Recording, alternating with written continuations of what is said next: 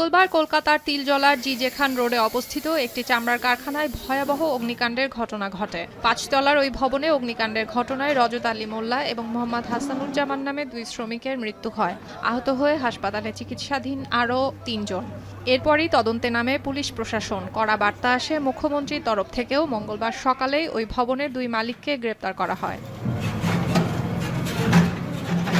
এমনকি বুধবার সংবাদ সম্মেলন করে মুখ্যমন্ত্রী পরিষ্কার জানিয়ে দেন, তিলজলার ওই অবৈধ কারখানায় কোনো ভবনের পরিকল্পনা নেই। অগ্নি নির্বাপন ব্যবস্থাও ঠিকঠাক ছিল না। একদিনের মধ্যে ওই অবৈধ কারখানাকে ভেঙে ফেলার জন্য পৌর ও নগর উন্নয়ন সচিবকে নির্দেশ দেওয়া হয়েছে।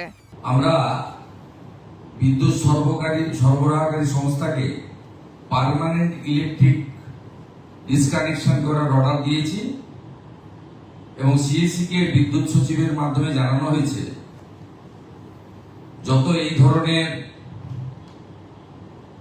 বিল্ডিং প্ল্যান স্যাংশন নেই, অবৈধ কারখানা আছে, বিশেষ করে কসবা, তিলজলা, মমিনপুর, ইকবালপুর সহ এই এলাকাতে ইমিডিয়েটলি একটি ইন্টারনাল অডিট করে যাদের যাদের বিল্ডিং প্ল্যান স্যাংশন নেই তাদের ইলেকট্রিসিটি ডিসকানেক্ট করার জন্য।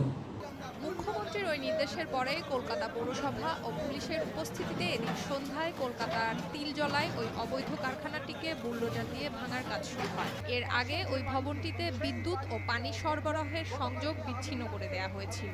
ये बिल्डिंग लीगल है कि इलीगल है, जो भी है हमको अपना पॉइंट ऑफ व्यू रखने का भी तो मौका मिलना चाहिए। अभी तो शुरू किए हैं, मुश्किल से मुश्किल 2 ढेरी सामान निकला है, मगर ये कम से कम बिल्डिंग खाली करने में कम से कम 24 घंटे का टाइम लगेगा। বুধবার পরিদর্শনে গিয়ে অবৈধ স্থাপনার বিরুদ্ধে কড়া বার্তা দেন পৌর ও নগর উন্নয়ন মন্ত্রী অগ্নিমিত্রা পালো।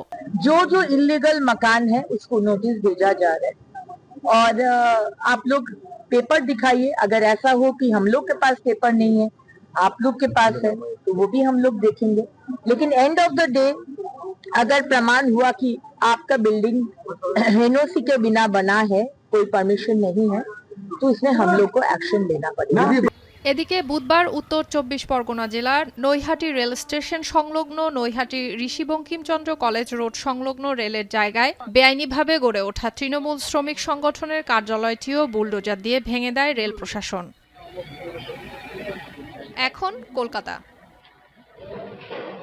৭২ ঘন্টা ময়েশ্চার লোক সমৃদ্ধ লিলি বডি ওয়াশ, শিয়া বাটারের গুডনেস স্কিন রিপেয়ার করে রাখে সফট ও গ্লোয়িং।